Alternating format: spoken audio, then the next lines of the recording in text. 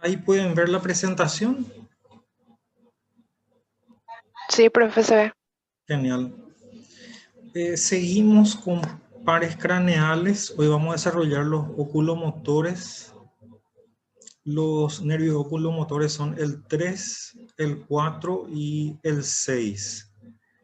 Son nervios que mueven el ojo, entonces en líneas generales van a ser nervios motores.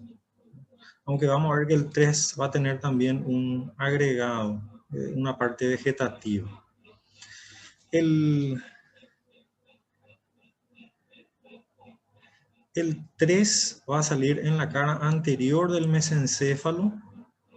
También el 6 va a salir en la parte de adelante, aquí en la zona media del surco buloprotuberancial. Y el 4 va a salir en la cara posterior del mesencéfalo y va a volver hacia adelante.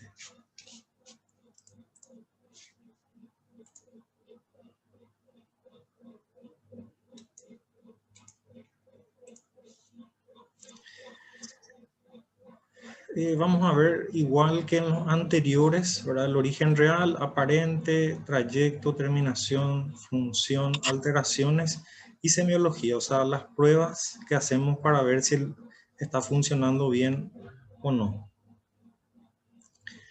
Esta sería la vista de los músculos que mueven el ojo, ¿verdad? Que van a estar inervados por estos tres pares craneales. Vamos a tener el recto interno que va a traer el ojo hacia adelante, el recto externo que va a llevar el ojo hacia afuera, el recto superior que va a llevar el ojo hacia arriba, el recto inferior que va a llevar el ojo hacia abajo, el oblicuo mayor que va a llevar el ojo hacia adentro y abajo. Entonces, aquí el recto externo va a pertenecer solo al sexto par craneal. El oblicuo mayor va a pertenecer solo al cuarto par craneal y todo el resto va a estar inervado por el par 3, por el motor ocular común. El motor ocular común, aparte de inervar todos estos músculos, va a inervar también el elevador del párpado superior. ¿Sí? Es el único músculo de la cara que está inervado por el par 3, porque todo el resto de los músculos de la cara vamos a ver que va a estar inervado por el facial, por el par 7. Pero aquí tenemos una excepción, ¿verdad? El par 3 va a manejar también el elevador del párpado superior. Entonces, el par 3, el motor ocular común, se le llama también oculomotor, inerva todos los músculos del ojo, con excepción del oblicuo mayor, que está inervado por el par 4, y el recto externo, que está inervado por el par 6. Y también incluye el elevador superior de los párpados.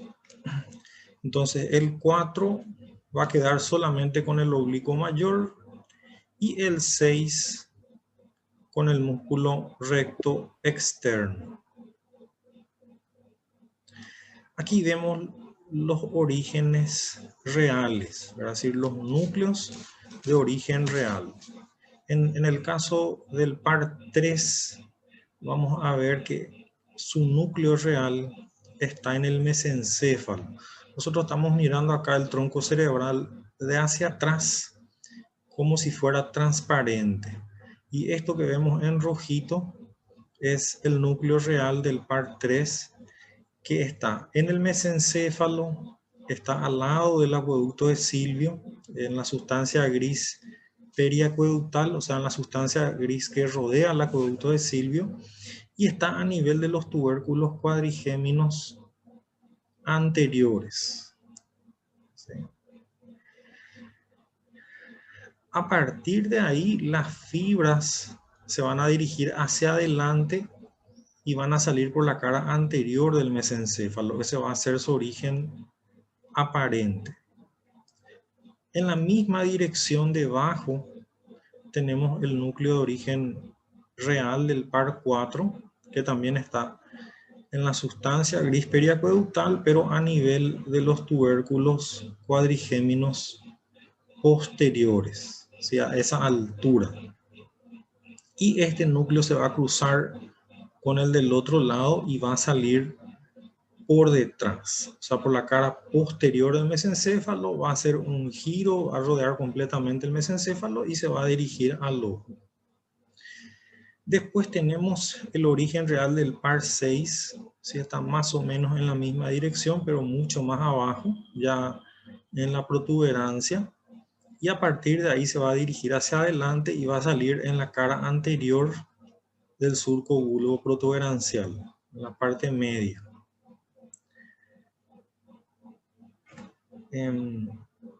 Aquí vemos un corte del mesencéfalo donde el par 3 sale de su origen real, muy cerquita del acueducto de Silvio, y a partir de ahí se dirige hacia adelante y sale en la cara anterior del mesencéfalo, o sea, origen real y origen aparente.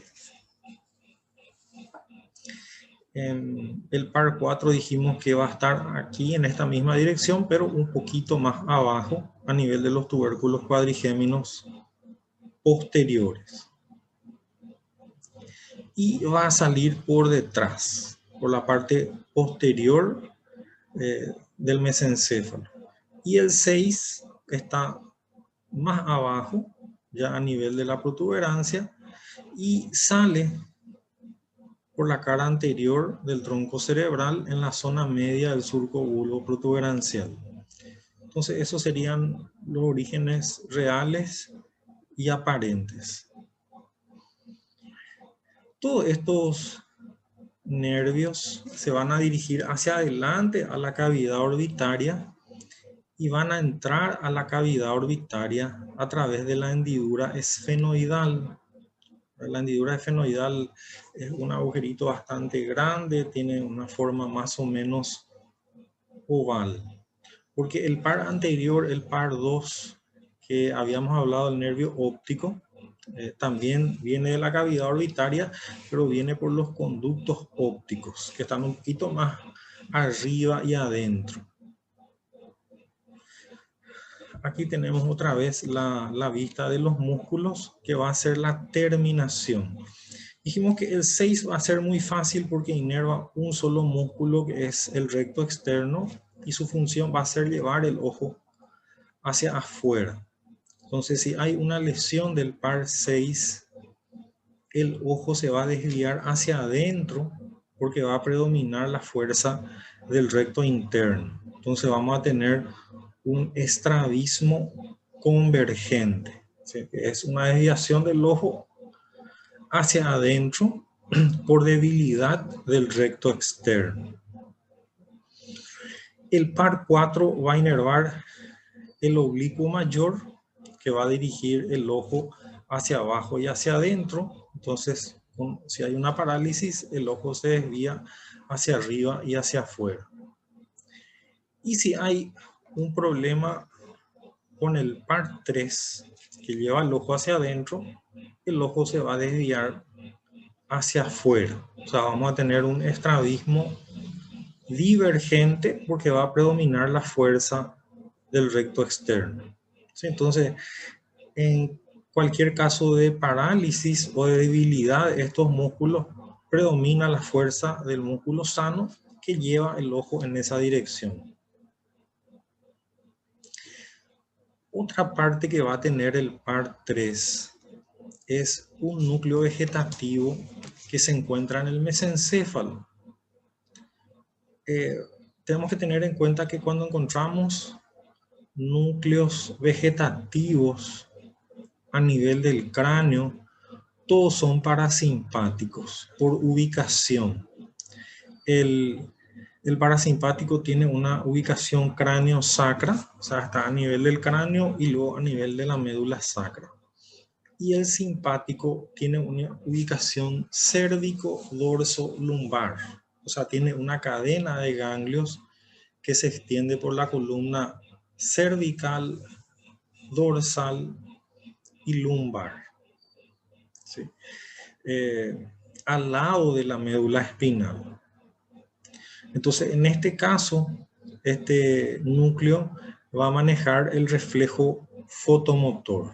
El reflejo fotomotor es cuando ponemos una luz al paciente, se cierra la pupila, ¿verdad?, para que no entre tanta luz. Esta prueba se hace muy frecuentemente a pacientes que tienen un traumatismo craneoencefálico. Porque en el traumatismo craneoencefálico hay un golpe generalmente del hueso contra la cara anterior del mesencéfalo, y mientras más fuerte sea ese golpe, se puede dar una lesión del mesencéfalo. Entonces, lo que se está probando al ponerle la linternita a los pacientes que tuvieron traumatismo craneoencefálico es la gravedad del traumatismo craneoencefálico, qué tan fuerte fue ese golpe. Entonces, si hay una lesión a nivel del mesencéfalo y el paciente no responde al reflejo fotomotor, queda con la pupila dilatada, con una midriasis, entonces eso es un traumatismo craneoencefálico grave, ¿verdad? Y es posible que ese paciente no sobreviva. Entonces, lo que se quiere probar es la gravedad del traumatismo. Por otra parte, si nosotros tenemos una parte parasimpática, tenemos que tener también su contraparte, o sea, la parte simpática que va a dilatar la pupila, porque acá esta parte lo que hace es contrae la pupila ante la luz, y vamos a tener en la cadena ganglionar del simpático a nivel de la parte cervical 3 ganglios, un ganglio simpático cervical superior, uno medio y otro inferior, ¿sí?, que va a dar ya con la parte superior de los pulmones, ¿sí? Va a estar muy cerca de la parte superior de los pulmones, el ganglio simpático cervical inferior. En ese ganglio simpático cervical inferior se encuentra la parte simpática que le va a hacer la contraparte a este núcleo. Sí, o sea, va a ser el que va a dilatar la pupila.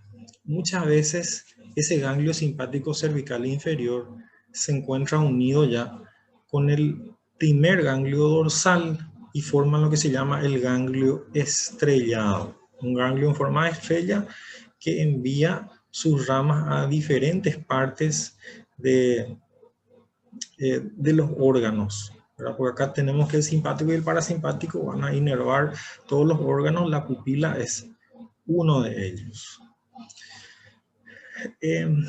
Este ganglio simpático cervical inferior va a ser importante primero porque actúa normalmente durante la vida diaria y también porque cuando hay cáncer del ápice pulmonar, el tumor puede invadir, puede carcomer ese ganglio y el paciente va a quedar con una lesión de este ganglio estrellado que va a hacer que el paciente quede con una miosis permanente. O sea, la pupila se va a cerrar permanentemente porque va a predominar la acción del par 3. Si hay lesión del par 3, la pupila se dilata permanentemente, midriasis, por acción de este ganglio simpático. Pero si hay lesión del ganglio simpático, la pupila se contrae, tiene una miosis permanente por acción del par 3. ¿Sí? En cuanto a las alteraciones que podemos ver en la pupila, tenemos no solamente la midriasis y la miosis, sino también la anisocoria, que es una diferencia entre los dos lados, ¿verdad? Una pupila puede estar más grande, otra más chica, y también puede tener una diferencia de forma. Entonces, cuando evaluamos el reflejo fotomotor, vemos no solamente la respuesta de ese lado, tiene que haber una respuesta consensual del otro lado, y también los dos tienen que estar, digamos, con el mismo tamaño y con la misma forma. Cuando hay parálisis completa del par 3, no responde el reflejo fotomotor, entonces tenemos una midriasis, ¿verdad?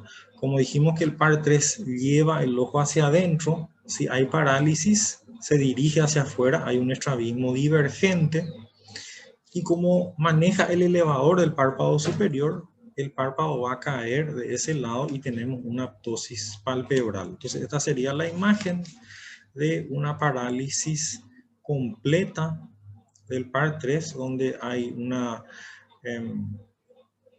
un estrabismo divergente, el ojo va hacia afuera, hay una ptosis palpebral, el párpado cae porque no funciona el elevador del párpado superior y hay una midriasis. Por el otro lado, cuando tenemos una lesión del ganglio estrellado, tenemos una miosis permanente porque predomina la parte vegetativa del par 3. También hay una ptosis palpebral. El párpado va a caer no de forma tan importante como cae cuando hay lesión del par 3, pero también vamos a observar una diferencia en el paciente.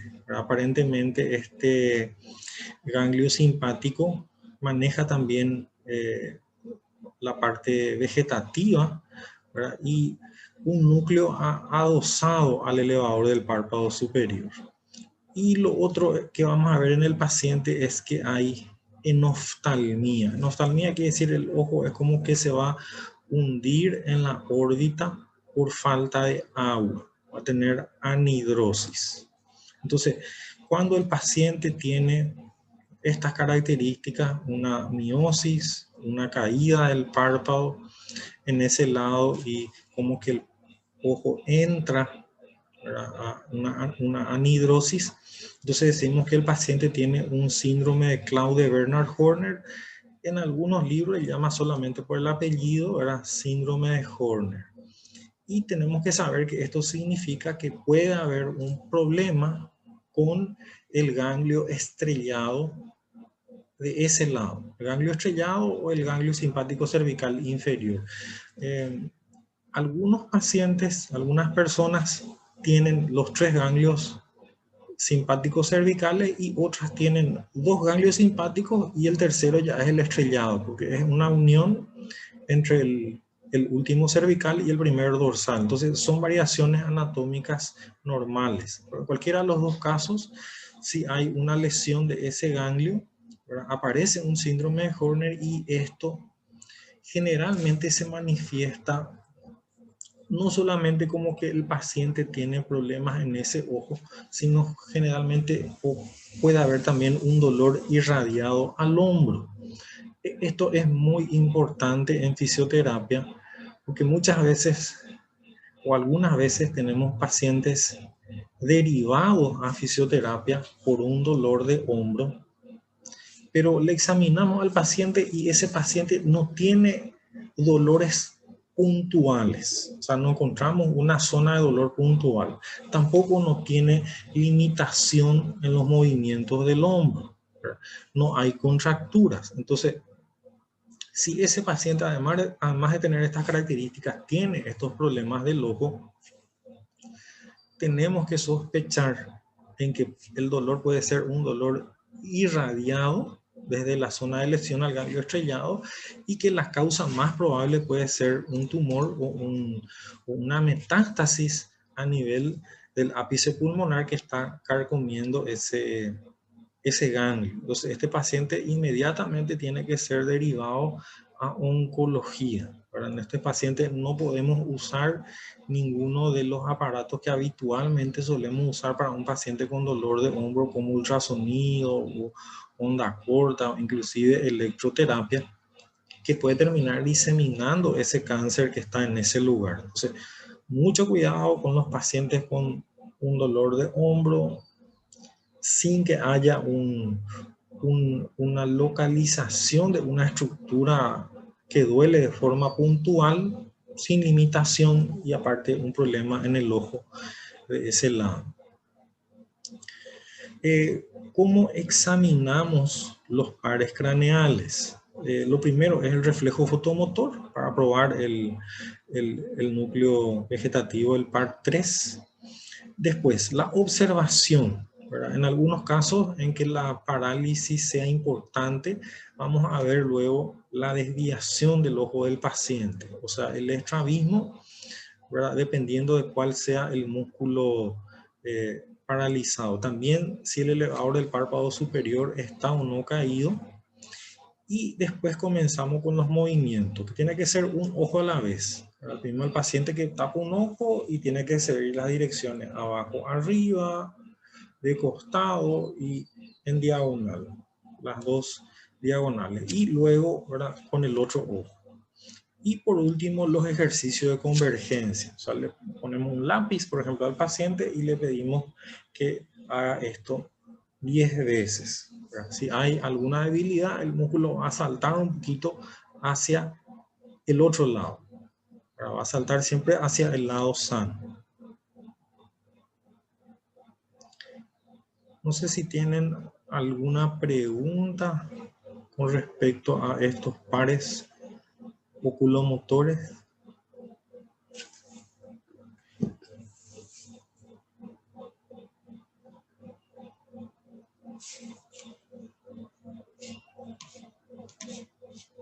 ¿No hay preguntas? No, profe. No, profe. Entonces vamos a avanzar un poquitito más. Vamos a ir al par 5. Segundo.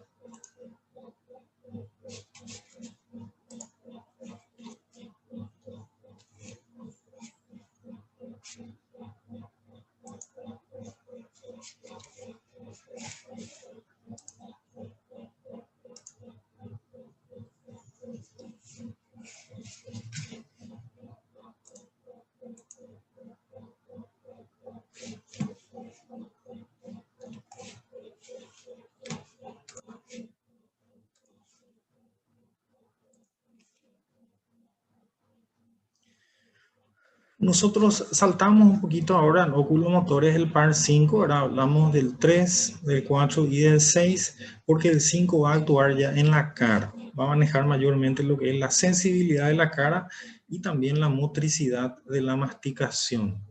El par 5 se llama nervio trigémino porque tiene 3 ramas, acá vemos sus 3 ramas, la rama oftálmica, número 1, va a manejar toda esta zona de la cabeza, la rama maxilar superior. La segunda va a manejar todo lo que es el hueso maxilar superior y sus anexos. Cuando estamos hablando de estas partes, estamos hablando de todo lo que está en esa zona, ¿verdad? El hueso, los músculos que están encima, la piel que están encima, los órganos, como en el caso del oftálmico, todo lo que tenga que ver con el ojo, con la cavidad orbitaria. Entonces, toda la sensibilidad de esa zona. Lo mismo con la rama maxilar superior, ¿verdad?, que va a inervar los dientes superiores, las encías superiores, el techo de la boca. Y con la rama maxilar inferior, ¿verdad?, que va a manejar toda esta zona, es decir, todo el hueso maxilar inferior y sus anexos, o sea, los dientes inferiores, las encías inferiores, la lengua, el piso de la boca, todo. Entonces, básicamente el trigémino maneja la parte sensitiva de la mitad de la cabeza para adelante. Eso quiere decir que si yo tengo un dolor en la parte de adelante de la cabeza, siempre ese dolor va a estar llevado por el nervio trigémino. Ahora, si tengo dolores en la parte de atrás, eso va a pertenecer a las ramas cervicales, que son estas que estamos viendo acá. Entonces, si yo tengo dolores de la parte de atrás de la cabeza, tengo que estar pensando siempre en que el paciente puede estar teniendo un problema a nivel cervical, que puede ser una artrosis, una artritis, en el caso más raro, una hernia, o inclusive una contractura de los músculos que están impidiendo que estos pequeños nervios lleven su actividad normal.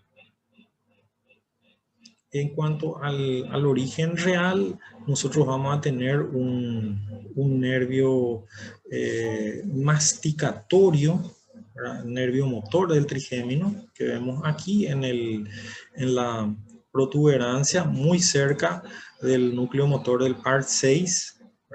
Esta parte motora de la masticación, las fibras van a ir también junto con el resto de las fibras del nervio trigémino y van a acompañar a la tercera rama, o sea, a la rama maxilar inferior. Después, la parte sensitiva, de la sensibilidad de toda la cara, van a tener 3 núcleos muy grandes, muy largos, que van a ocupar todo el tronco cerebral. El núcleo superior, que comienza ya en el mesencéfalo, el núcleo medio, y el núcleo inferior, que va a llegar inclusive hasta la primera parte de la zona cervical. Y esto va a ir al ganglio de Gasser, y a partir de ahí se divide en sus 3 ramas terminales. Entonces dijimos que el masticatorio, el motor, acompaña solo a la rama inferior.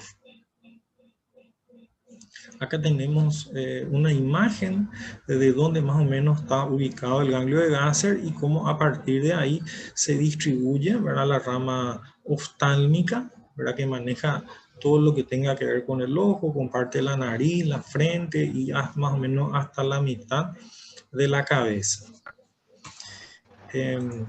También tenemos la rama maxilar superior, que va a manejar todo el hueso maxilar superior y sus anexos, y la rama maxilar inferior, todo el hueso maxilar inferior y sus anexos, y está acompañada por el nervio masticatorio, que maneja todos los músculos de la masticación, el temporal, los maceteros y los pterigoides internos y externos. Entonces, estos van a hacer en realidad no solamente estos movimientos de masticación, sino también los movimientos laterales y los movimientos de adelante a atrás, que de hecho son los que probamos en el paciente para ver si este par craneal está funcionando correctamente.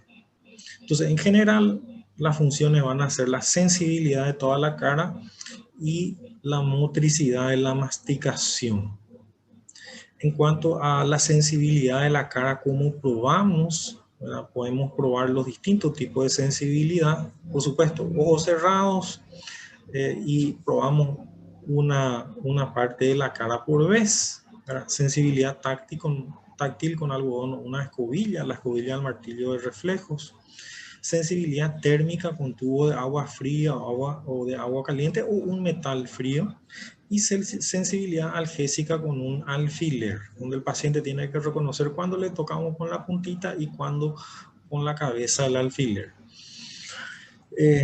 La sensibilidad profunda, ¿verdad? Presionando un poquito la masa muscular ya, no como en la sensibilidad táctil, donde eso es solo superficial. O sea, en líneas generales, esto es igual que probar la sensibilidad en cualquier parte del cuerpo. Probamos de la misma manera los distintos tipos de sensibilidad. También probamos el reflejo corneal, que es, le pasamos al paciente un algodón por la córnea y va a cerrar los ojos. Y el reflejo mentoniano, ¿verdad? Donde probamos con el martillo de reflejo la respuesta. Esto es, digamos, de forma exhaustiva, un análisis. Ahora, en la práctica, nosotros vamos a ver que a veces tocamos al paciente y ya el paciente, ¿verdad? De ninguna manera siente alguna parte de la cara. ¿Verdad? Eso vimos justamente con un paciente que le tocó a uno de los grupos el jueves, ¿verdad? Al último grupo, donde la paciente en la parte superior directamente no presentaba sensibilidad, no sabía cuándo le estábamos tocando ni cuándo no le estábamos tocando. El reflejo corneal, ¿verdad? Tiene su núcleo también a nivel de la protuberancia, y también el reflejo mentoniano o maceterino. Las alteraciones que pueden haber con respecto al nervio trigémino, uno, lo que vimos, ¿verdad?, en esta paciente, que era la alteración de la sensibilidad de la cara, donde la paciente directamente no sentía, ¿verdad?, una parte de la cara de un lado, ¿verdad? Por otra parte, tenemos la neuralgia del trigémino. La neuralgia del trigémino es una inflamación del nervio de cualquiera de las tres ramas, donde hay un dolor punzante muy fuerte. Se considera el dolor agudo más fuerte del cuerpo humano. Hay pacientes que inclusive se quitaron los dientes con tenaza, o pacientes que se llegaron a suicidar inclusive por neuralgia del trigémino. Entonces es un dolor rebelde, extremadamente fuerte, y que se trata primero con analgésicos comunes. Si no pasa eso, con corticoides. Si no pasa eso, puede ir inclusive para infiltraciones, ¿verdad? Y en último caso hay unos procedimientos donde se queman núcleos de la trayectoria de las vías sensitivas hacia la corteza, o en última instancia también se corta el nervio. Obviamente el paciente va a quedar con una pérdida de sensibilidad permanente, pero en algunos casos tenemos un paciente que ni siquiera puede dormir del dolor, ¿verdad? Y ese dolor es extremadamente alto. Entonces se va tratando, digamos, desde los tratamientos más simples hasta los más complejos, dependiendo de la respuesta del paciente. Y después tenemos alteraciones de la masticación, ¿verdad? Acá se puede afectar, por ejemplo, un paciente que tiene un ACV, puede quedar también con una hemiplegia de ese lado, con una pérdida de sensibilidad de ese lado, puede tener pérdida de sensibilidad en la cara y también problemas en la masticación de ese lado. Entonces, este paciente por lo general, como no puede manejar bien este lado, empieza a masticar solo del lado sano y termina con un problema de la articulación temporomandibular del lado afectado. Entonces aquí, ¿verdad?, en este paciente probamos todo lo que es la sensibilidad de la cara en todas sus formas y la motricidad de la masticación. ¿Alguna pregunta con respecto al par 5?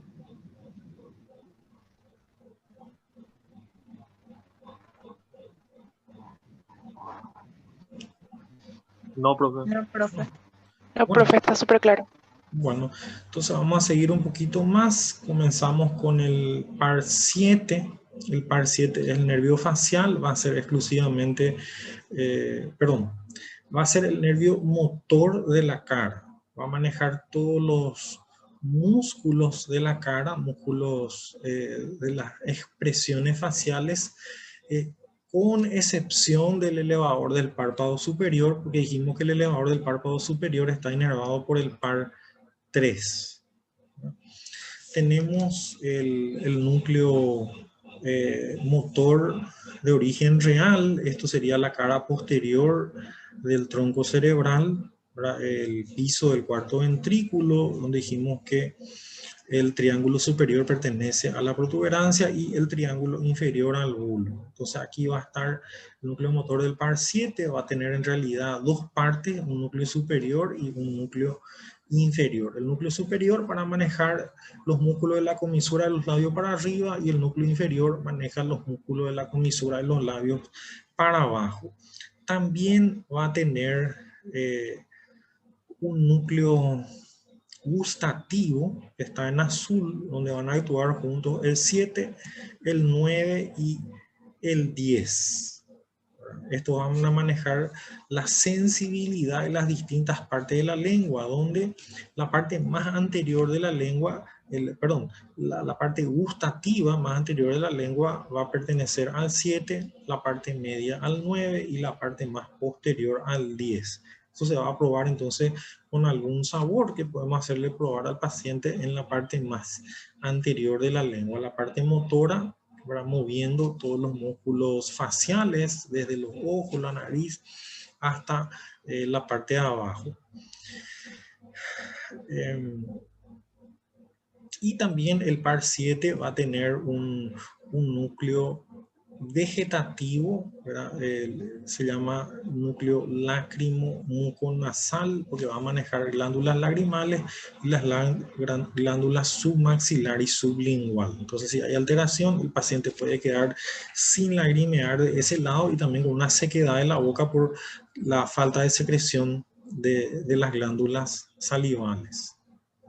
Aquí tenemos cómo a partir de estos núcleos de origen real, el par 7 se dirige hacia adelante, sale en la parte lateral del surco bulbo-protuberancial, que es su origen aparente. A partir de ahí va a entrar por el conducto auditivo interno, entra junto con el par 8, pero este par 7 después de hacer un recorrido va a volver a salir del cráneo por el agujero estilomastoide. Era un agujero que estaba entre la apófisis estiloide y la apófisis mastoide, y a partir de ahí va a dirigirse hacia adelante a nivel de la glándula parótida. Se divide en sus dos ramas terminales, la temporofacial, que inerva los músculos de la comisura de los labios para abajo, incluyendo el cutáneo del cuello, y eso es la cervicofacial, y la temporofacial de la comisura de los labios para arriba. ¿Verdad? Todos los músculos que están de la comisura de los labios para arriba. Vemos también acá que inerva la glándula lagrimal, ¿verdad? Y la submaxilar y sublingual, ¿verdad? Aparte de la sensibilidad del gusto de la parte más anterior de la lengua.